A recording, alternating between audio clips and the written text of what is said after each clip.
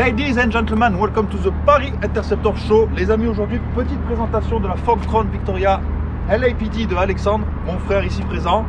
C'est de cette voiture qui est partie l'aventure Paris Interceptor. Vous avez remarqué, nous sommes dans Paris. Petite intro dans Paris.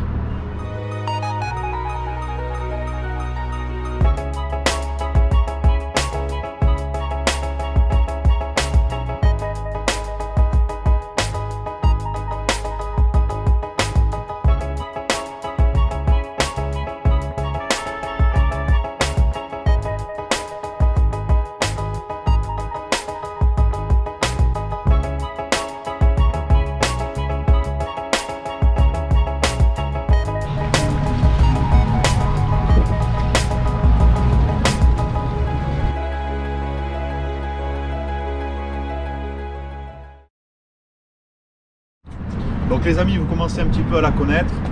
C'est une Ford Crown Victoria de Los Angeles, acquise par mon frère. Elle est à l'origine, comme je viens de le dire, de l'aventure Paris Interceptor. Alex, je vais vous proposer, on va faire un petit tour du véhicule. Qu'est-ce que tu peux nous dire sur ce véhicule? Donc cette Crown Victoria, c'est la première que j'ai vue de ma vie. Donc cette Crown Victoria vient de Marseille, c'est là où nous sommes originaires, c'est là où je l'ai acheté. Donc c'était lors d'une balade à moto que j'ai vu pour la première fois cette voiture. J'ai fait connaissance sur Facebook du propriétaire, je l'ai suivi sur les rassemblements, j'ai sympathisé avec lui. Et quand il a décidé de la vendre, il me l'a vendue à moi. C'est là où est originaire la voiture. Tu l'as acheté en France, c'est pas une Je l'ai acheté en France à Marseille. Ouais. D'accord. Et c'est l'ancien propriétaire, donc il l'a acheté lui en Allemagne. Et c'est le garagiste allemand qui lui l'a acheté en Californie, aux États-Unis, chez les taxis qui eux-mêmes l'ont acheté à la police de Riverside, là où est d'origine la voiture, la police de Riverside. Donc ce qu'il faut comprendre, c'est que Alexandre a acheté le véhicule, tu l'as acheté noir et blanc, floqué police de Los Angeles. Elle était déjà tout équipée, la seule chose c'est qu'elle n'était pas homologuée. Donc je vous invite à voir la vidéo homologuée et rouler en voiture de police américaine sur YouTube avec le petit astérix qui apparaît, vidéo qui relate comment on a fait homologuer la voiture, qui ne l'était pas à l'époque. Ça aurait été une autre police, d'une autre couleur, tu l'aurais échangé? Franchement, je sais pas trop. C'est la première que j'ai vue. Après, la police de Los Angeles, c'est la police, on peut dire, une des plus médiatisées dans les films, dans les jeux vidéo. C'est celle qu'on voit le plus. C'est celle qu'on voit le plus, donc il y a ça qui m'a séduit. J'avoue que ça corrélait assez bien à ce niveau-là. Donc non, je pense que j'aurais quand même acheté une autre si ça avait été une autre. Ouais. Ce véhicule est de quelle année? Elle est de 2006. D'accord, pourtant elle a l'air pas si récente que ça. Non, en fait, les Crown Victoria sont du même modèle de 99 jusqu'à 2011. Alors après, ils ont changé de phase à partir de 2005-2006. Donc 2005 qui est la Crown de Junior. Donc notamment la taille des roues, le compteur et 2-3 bricoles. Donc en fait, c'est une ancienne voiture qui a été restylée au fur et à mesure. Un petit peu, ouais. D'accord, ok. Ok, très bien. Bon, ben les amis, je vous propose de faire un petit tour à l'intérieur. Ah oui, donc à l'intérieur, tu as vraiment tous les équipements nécessaires. Je vois déjà directement le fusil à pompe. Alors je sais pas si vous le voyez. Ouais, le fusil à pompe qui est factice évidemment. Tu es quand même un des seuls à rouler avec une arme visible directement dans la voiture. Ouais. C'est... Bah après visible, tu sais, depuis l'extérieur on la voit pas vraiment. Après il faut dire que ça va avec le véhicule. Ça va avec le véhicule, j'ai jamais eu de problème depuis qu'il y a. L'ordinateur, je vois que tu as un ordinateur. Ouais, donc l'ordinateur fonctionne et il y a même un programme qui reproduit là-bas, le même programme, ça fait une réplique du programme qu'ils ont là-bas. Donc au milieu j'ai la console centrale, donc qui reproduit ce qu'ils ont là-bas. Alors après c'est pas exactement peut-être le même matériel, on en avait déjà parlé de ça. Donc le signal master qui contrôle les gyrophares, la rampe lumineuse, les flèches directionnelles, la radio qui est une réplique. Enfin c'est une vraie mais elle reproduit la base qu'ils ont. Le code 3, alors j'ai pas les dernières Fédéral Signal, mais j'aime bien celle-là, donc j'ai laissé celle-là. Comment elle fonctionne? Donc ça c'est la petite tirette qui contrôle les gyrophares, la rampe lumineuse. Donc là tu as des boutons. Tu as 3 codes pour tout ce qui est lumineux. C'est ça, donc code le mode 1, statique. Ok, on le montrera. Le code 2. Ok. Et le code 3 avec les halogènes, avec le take down. Ok, d'accord. Là c'est tout ce qui est auxiliaire. Donc là j'ai le wig-wag, les strobes à l'avant et à l'arrière. Et là j'ai simplement les projecteurs sur la rampe qui restent en statique. D'accord, ok. Tout ce qui est son c'est à ce niveau là. Manual, air horn. Le horn, ouais. La molette pour le laisser en continu et le volume du micro. Le micro qui est ici.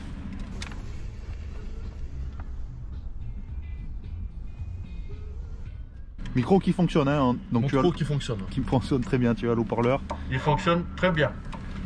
Ok, ça roule. Je vois que tu as 2 types de caméras. Ouais, alors en fait ça c'est la vraie, mais que je n'ai pas encore branché. Et ça, c'est une caméra, on va dire, basique, mais qui fonctionne pour l'instant.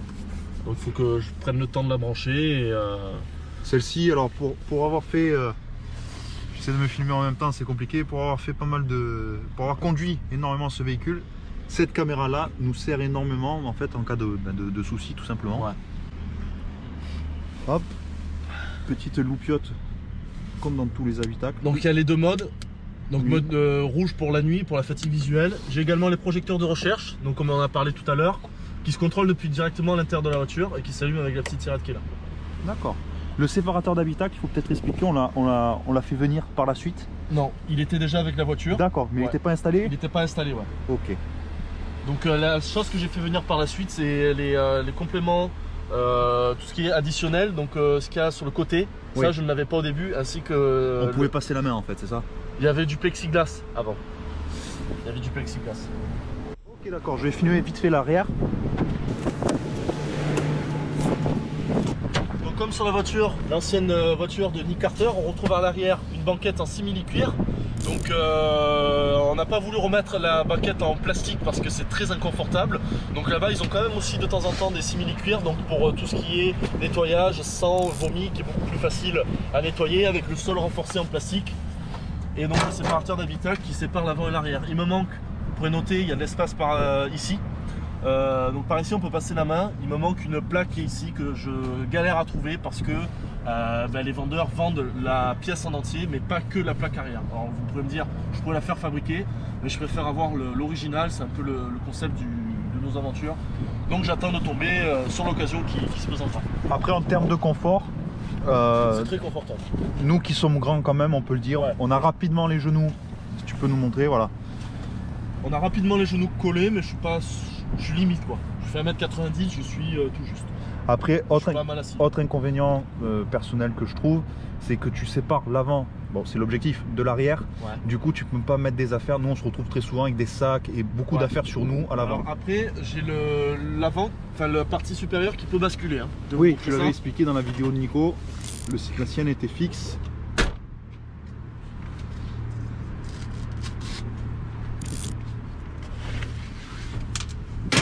D'accord.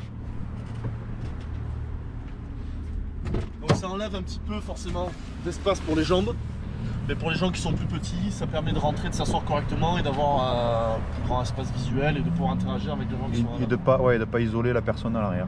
Ok, d'accord. Ok les amis, donc on a vu l'intérieur du véhicule. Maintenant, je vous propose de voir un petit peu la tenue que porte Alexandre. D'ailleurs, je m'excuse, hop. Est-ce que tu peux un petit peu nous expliquer cette tenue que moi personnellement je trouve très très belle. Alors la veste est peut-être pas super belle. Ouais. La chemise a un peu plus de gueule. Alors c'est une réplique évidemment. Là-bas ils n'ont pas de veste hiver, hein, c'est ça? Enfin, ils ont pas. Non. Ils ont des sortes de kawé que j'ai aussi dans le coffre. Que j'ai eu beaucoup de mal à voir. Des vrais kawé. Donc c'est une réplique de plaque qui est très jolie. Plus différents pins avec le plus dur à avoir c'est ceux-là. Les logos officiels Police de Los Angeles qui font toute la différence et qui sont très durs à voir. Parce que je sais pas si tu peux nous montrer un petit peu où en dessous tu as la chemise et en fait cette chemise tu la reçois sans tout ce qui est bouton. Ouais. Alors, en fait la chemise elle est bouton noir traditionnel et pour arriver à avoir cela, alors soit sur internet tu as de la chance ou alors il faut connaître quelqu'un à la Police de Los Angeles qui les envoie ou qui te les apporte, et chose qui est déjà arrivée. Voilà, je sais que vous êtes nombreux à nous demander où est-ce qu'on trouve cette tenue, l'équipement, etc. Essentiellement sur internet. Après c'est du vrai équipement comme les chaussures qu'on peut trouver dans tous les magasins d'équipement. Voilà, il faut savoir que c'est compliqué à trouver. Et le vrai matériel est dur à trouver. Ok, on peut un petit peu parler un peu plus de ce véhicule. Donc ce qui est dommage, et ce qui est bien pour toi, c'est que tu n'as pas eu à faire en fait tout ce qui est stickers, etc. Parce que pour les trouver, je pense que ça doit être archi difficile. Bah, en fait le truc c'est que tu ne peux pas avoir les vrais. C'est des reproductions que tu fais avec des photos en t'inspirant des vrais, des reproductions qui sont faites par des entreprises. Donc après pour avoir les conformes, il me semble que les vrais sont un peu plus foncés autour de l'extérieur du cercle. Mais bon après moi je les trouve pas. J'ai vu qu'il y en avait des réfléchissants aussi. Ouais, alors selon les voitures c'est réfléchissant, ceux-là ne sont pas réfléchissants. D'accord, ok. Je vais un petit peu filmer tout ça. Pourquoi le numéro 13? On nous a déjà demandé d'ailleurs. Alors le numéro 13, c'est l'ancien propriétaire qui l'a fait comme ça. Ouais. Donc c'est en clin d'œil du film End of Watch qui est sorti en 2016 il me semble. Donc qui se passe à la division 13, qui est la division la plus chaude de Los Angeles. Donc je vous invite à voir ce film si vous ne l'avez pas vu. Donc le numéro sur le coffre, c'est bien le numéro de la division de la voiture. Et le numéro qui est sur le toit, c'est le numéro de la voiture. Donc quand vous avez des hélicoptères, donc ils savent quel commissariat, en fait la division c'est le commissariat, quel commissariat intervient avec quelle voiture. Concernant, depuis que tu as le véhicule, tu as fait des réparations? Ce véhicule, j'ai eu beaucoup de surprises, notamment beaucoup de fuites. J'ai changé beaucoup de joints. Je vous invite à passer au compartiment moteur et que je vous montre tout ça. Donc je vais essayer de pas trop vous saouler pour vous montrer tout ce que j'ai changé. Donc j'ai changé déjà les deux radiateurs, j'ai changé déjà la pompe à eau, j'ai déjà changé les joints des cache-culbuteurs, j'ai déjà changé la vanne EGR qui était encrassée. Oui, ils ont même des vannes EGR sur les essences. J'ai bien changé aussi ce module là qui contrôle la pression dans le carburant. J'ai changé les durites du refroidisseur d'huile, les durites de la boîte de vitesse. J'ai également changé les joints qu'il y a derrière là, bon on peut pas le voir là, qui est le joint qui sépare le filtre à huile et le moteur. Il y a un joint supplémentaire sur cette partie. Bon après tout ce qui est usure, ouais, tout ce qui est consommable, tout ce qui est en fait du consommable. J'ai déjà changé les bougies. Je vais vous dire la vérité, avant d'avoir ce véhicule, mon frère n'y connaissait strictement rien au moteur. Voilà, et maintenant je suis ingénieur chez Ford. Non, je rigole, mais on s'est beaucoup documenté. Il y a des amis qui nous ont aidés pour tout ce qui est réparation, parce que quand tu amènes cette voiture chez un concessionnaire, forcément il la connaît pas. Ouais. Même un concessionnaire américain, US Car, tout ça, forcément ils connaissent pas la voiture parce que vendent des Mustangs ou des Raptors ou des véhicules un peu plus réalisés. Ouais. Exactement. Après c'est un moteur qui est assez comment dirais-je, rustique, voilà, donc assez facile à réparer. Tu sais que tu roules en essence et à l'éthanol aussi? Ouais, qu'en éthanol. Qu'en éthanol, même en hiver, t'as pas de soucis? Alors en hiver, je mets en effet quelques litres d'essence. Alors il faut savoir que la voiture est d'origine éthanol. Alors c'est un petit peu compliqué. Les Crown Victoria sont dès 2006 éthanol, mais désactivés jusqu'en 2008 pour la police. L'éthanol a été désactivé. Donc celle-là est de 2006, donc elle est d'origine éthanol, mais désactivée à l'usinage. Donc quand je l'ai achetée, elle était essence. Et j'ai un ami qui a le programme, que je salue. Donc cet ami c'est Dorian. Donc il a pu me remettre l'option qui était désactivée en activée. Donc depuis je roule à l'éthanol, mais je pense que vu qu'elle a roulé à l'essence depuis toute sa vie, l'hiver je mets quelques litres d'essence parce que sinon ça a du mal à démarrer. Concernant la consommation, donc la consommation du coup je suis entre 15-16 litres si vraiment tu es sur l'autoroute et que tu roules cool. Tout va bien, ouais. Et si tu fais que stop, accélère, freine dans Paris ou lors de tournage ou autre, tu es bien à 22, 23, 25 voire même 26 litres. Donc en gros, un plein tu fais combien? Je crois que c'est 450. Non, à 450 il faut vraiment rouler soft. Le plein fait 72 litres. Donc tu as 65 litres à peu près avant la réserve. Je fais entre 200 km à 400 km si vraiment je roule soft. D'accord. Bon les amis, maintenant vous connaissez un petit peu mieux ce véhicule, ça reste le même, hein, ça reste la même Crown Victoria que celle de New York, qui a été vendue par Nico d'ailleurs. La Full Black qui est une version en dessous. Donc c'est grâce à ce véhicule, ce véhicule-là en fait a été le déclenchement de l'aventure Paris Interceptor. Voilà, à la base, on ne cherchait pas forcément à faire quelque chose avec des véhicules de police. C'était pas forcément notre spécialité. C'était simplement toi, d'une façon isolée, qui a acheté en tant que passionné un véhicule de police. Moi personnellement, j'ai été pas choqué, mais un petit peu surpris de pouvoir dépenser autant d'argent pour un véhicule au final tu te disais tu n'en feras rien quoi. Voilà, on va en discuter un petit peu et surtout dans une prochaine vidéo. Avoir ce genre de véhicule, c'est un petit peu compliqué au quotidien, j'ai envie de vous dire, mais ça on vous en parlera dans une prochaine vidéo, il n'y a pas de souci. Si le Paris Interceptor n'existait pas, est-ce que tu recommencerais cette démarche d'acheter ce genre de véhicule, ce véhicule là carrément? C'est dur de répondre. Parce que moi ce qui m'anime depuis toutes ces années c'est de partager ma passion. C'est tout ce qu'on fait autour du véhicule. Ouais, et si je ne pouvais pas partager ma passion, en fait à part faire des rassemblements de passionnés sur lesquels chacun se retrouve et parle de ses voitures. Sous la flotte. Sous la pluie à Paris malheureusement parce qu'il pleut souvent, en fait t'as pas grand intérêt en fait au final. Donc t'es fan de la voiture. Donc c'est comme après c'est l'humain, c'est la psychologie, hein. Tu veux quelque chose, une fois que tu l'as, en fait tu te dis bah voilà quoi, donc qu'est-ce que je fais maintenant? Donc moi c'est vrai que c'est grâce à Paris Interceptor que ça me donne que je suis motivé à tous nos projets qu'on a, à grandir et à partager avec le plus grand nombre de personnes ce qu'on fait quoi, parce que c'est génial je trouve. J'ai encore une autre question et ça sera peut-être ma dernière. Depuis qu'on a lancé l'aventure et puis même depuis un certain temps, je remarque qu'il y a de plus en plus de propriétaires de Ford Crown Victoria. Alors elles sont pas forcément équipées comme la tienne en police, elles restent, voilà, elles ne sont pas sérigraphiées, elles n'ont pas de rampe, elles n'ont pas.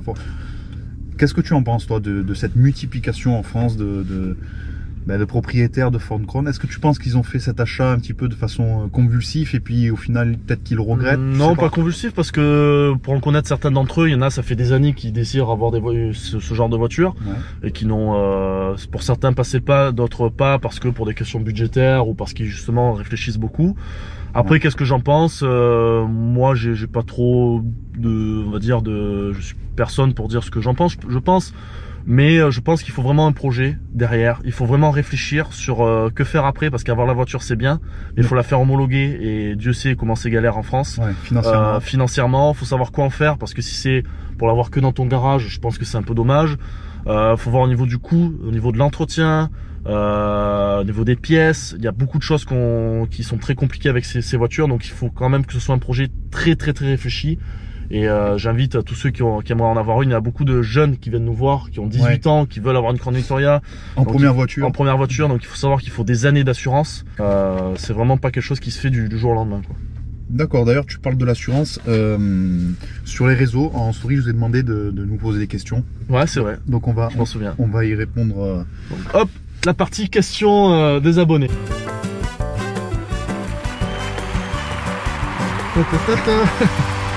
Donc déjà première question, on me demande pourquoi une LAPD, pourquoi une autre sérigraphie? Alors ça on l'a vu parce qu'en fait Alex l'a acheté directement comme ça. Ouais.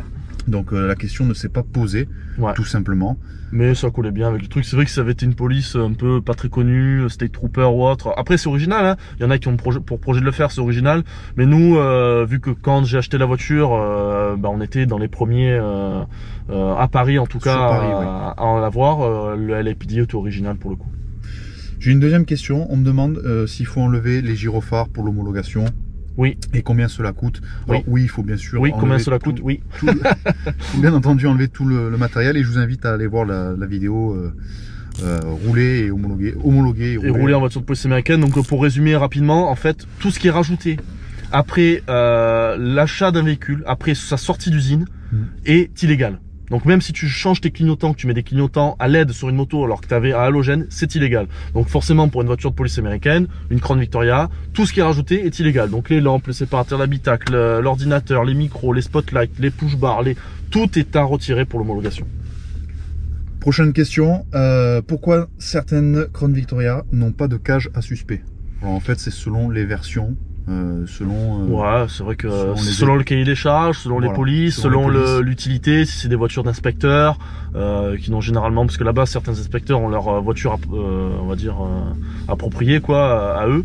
Donc personnel, donc forcément ils ont pas de cage, mais ça dépend les endroits, ça dépend les. Autre question, un Jeep Wrangler, désolé si je le prononce mal. Wrangler Interceptor avec un point d'interrogation. Alors en fait depuis qu'on a créé cette aventure, on se garde, en fait, on souhaite des véritables véhicules qui ont une histoire et qui sont vraiment dans la voiture. On ne veut pas faire de police.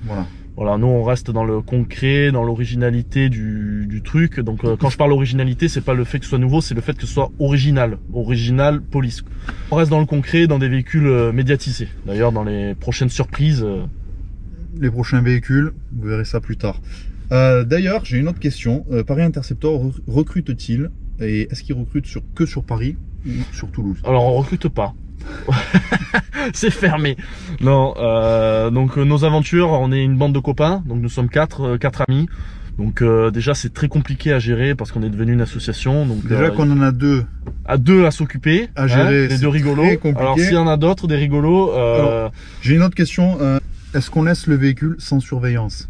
Jamais. C'est très rare et je cours vite. Ça m'arrive des fois d'aller acheter le pain avec la voiture et je cours dans la boulangerie. Parce qu'en fait, le problème qu'il y a, c'est que la voiture attire énormément l'attention. On y reviendra dans la prochaine vidéo qui explique notamment les points négatifs d'avoir ce genre de véhicule. Et notamment, les gens n'hésitent pas à s'appuyer sur la voiture pour faire des photos. À s'asseoir sur le... Ou alors à monter debout sur le coffre. C'est déjà arrivé. On a un ami à nous où les gens sont montés debout sur la voiture. Et d'ailleurs, je repense à nos premières sorties avec Nick Carter dans Paris, notamment à Créteil avec la voiture. On est allé à McDonald's et quand on est revenu, il y avait bien une dame qui était assise sur le capot de sa voiture et qui pensait que c'était des voitures de la mairie. Mais bon, même si c'était le cas, je vois pas le but d'oser faire ça, mais du coup, les gens osent faire n'importe quoi avec la voiture, donc on la garde constamment sous surveillance, le maximum des fois possible. Tout à l'heure, on parlait des assurances. Donc j'ai une question, comment assurer le véhicule? Car les assurances ne connaissent pas forcément le véhicule. Effectivement, les assurances ne connaissent pas le modèle. Ils connaissent la marque Ford, mais ouais, ils connaissent pas le modèle. Donc en fait, si l'assurance doit rajouter son modèle, je vais me les faire comme ça, il fait une belle photo. Si l'assurance doit rajouter le modèle dans ses bases de données, ça va coûter très cher. Après, il y a certains assureurs qui connaissent déjà la voiture, qui l'ont déjà dans les bases de données. Donc là, il faut faire des devis chez les assureurs et il faut voir avec eux. Ok, je regarde un petit peu vos autres questions, pardon. Combien de temps as-tu réfléchi avant d'acheter le véhicule? Pas assez longtemps à mon avis. Combien de temps t'as réfléchi en achetant? En fait, un an. Ouais, en fait c'est compliqué. Moi j'ai toujours voulu en avoir une dans ma vie. Je me suis dit un jour, il faudra vraiment que j'en ai une. Quand j'ai rencontré donc l'ancien propriétaire à Marseille, j'ai tout de suite kiffé. Je suis allé le voir sur le rassemblement, tout ça. On a un peu sympathisé. Et quand il a souhaité me la vendre et qu'il m'en a fait part, je me suis dit c'est le moment. Mais en fait j'avais beaucoup de projets professionnels à ce moment-là parce que c'est là où je devais déménager dans Paris, donc j'avais beaucoup de choses à penser et ça a été dans ma tête très compliqué, surtout que je n'étais soutenu par même pas par mon frère, je n'étais soutenu par personne parce que c'était quand même une idée folle. C'est comme si tu me dis je sais pas, moi je vais acheter un sous-marin, qu'est-ce que je vais faire avec? Bon, j'extrapole un peu, mais au final pas beaucoup. C'est quand même claquer beaucoup d'argent pour une voiture qui reste que du loisir, alors qu'avec ce prix-là, tu peux acheter une belle voiture. À presque 20 000 euros, tu peux acheter une belle voiture qui peut te servir tous les jours. Donc j'ai énormément réfléchi, mais en très peu de temps en fait. Donc dans mon cerveau, ça tournait tout le temps. Et au final, j'ai passé le pas. Alors je regrette évidemment pas de l'avoir fait parce que sans avoir acheté cette voiture, il y a beaucoup de choses que je n'aurais jamais faites. Il y a beaucoup de gens que je n'aurais pas rencontrés, notamment vous. Et on est très content d'avoir créé la communauté que vous êtes et pour qu'on puisse partager avec vous ce qu'on vit. Ok, de manière générale au quotidien, qu'est-ce que tu en penses de ce véhicule? Au quotidien, c'est une voiture qui est quand même compliquée à gérer, mais grâce à la passion qui m'anime et à Paris Interceptor, je regrette pas du tout d'avoir fait cet achat et c'est quand même bien. Donc sans le Paris Interceptor, ça aurait pas été, si ça a refait, tu ne l'aurais pas refait. Ça serait très différent quoi, parce que si tu achètes une voiture que tu peux pas le partager avec les autres, donc comme on fait avec vous, l'avoir de son côté dans son garage et faire des rassemblements, c'est bien, il y a aucun souci, mais moi personnellement, peut-être que ça me motiverait quand même beaucoup moins, donc. D'accord, ok. Mais bon, je suis pas tout seul dans l'équipe. Donc toi, t'en penses quoi de cette voiture et de tout ça? C'est vrai que moi je l'ai beaucoup conduite, que ce soit celle-ci ou celle de Nico, celle de New York. Notre chauffeur secondaire. Moi j'ai un regard très différent de vous dans l'équipe. Je suis le seul déjà à ne pas être propriétaire d'un véhicule de police, donc c'est assez simple pour moi de juger. Et je ne suis pas passionné, c'est-à-dire que je suis autant passionné par ce genre de véhicule que par d'autres véhicules. Donc tu es passionné à un niveau beaucoup moindre que nous quoi. Ça te plaît? Ouais. Ça te plaît, t'aimes ça, mais t'es pas passionné voilà, tout à 300%. Quoi. Et moi qui ai vu donc l'évolution des choses, donc l'homologation, qui ai vu l'achat du véhicule, le prix que ça a coûté, pour moi ce genre de véhicule là en France, c'est de la merde. Voilà, je vous le dis, moi je vous le dis sincèrement. Dans une prochaine vidéo les amis, on va un petit peu parler de tout ce qui est législation concernant le véhicule. La réelle question est de savoir si on a le droit ou pas de rouler en France avec ce véhicule. On a changé beaucoup de choses au niveau apparent sur la voiture quand on roule. Et je vais aussi m'expliquer sur mes propos. C'est un débat à voir. Voilà. Prochaine vidéo. N'hésitez pas à activer soit là. La petite cloche de notification. Et puis moi je vous dis à bientôt. Et vous pourrez l'insulter sur la prochaine vidéo. Voilà. Ah, et surtout dites-nous ce que vous en pensez, parce que pour moi c'est de la merde. Pour Alexandre qui est un réel passionné, c'est super génial. En commentaire les amis. Bonne soirée à tous. À plus sur Snapchat, Facebook et Instagram. Ciao.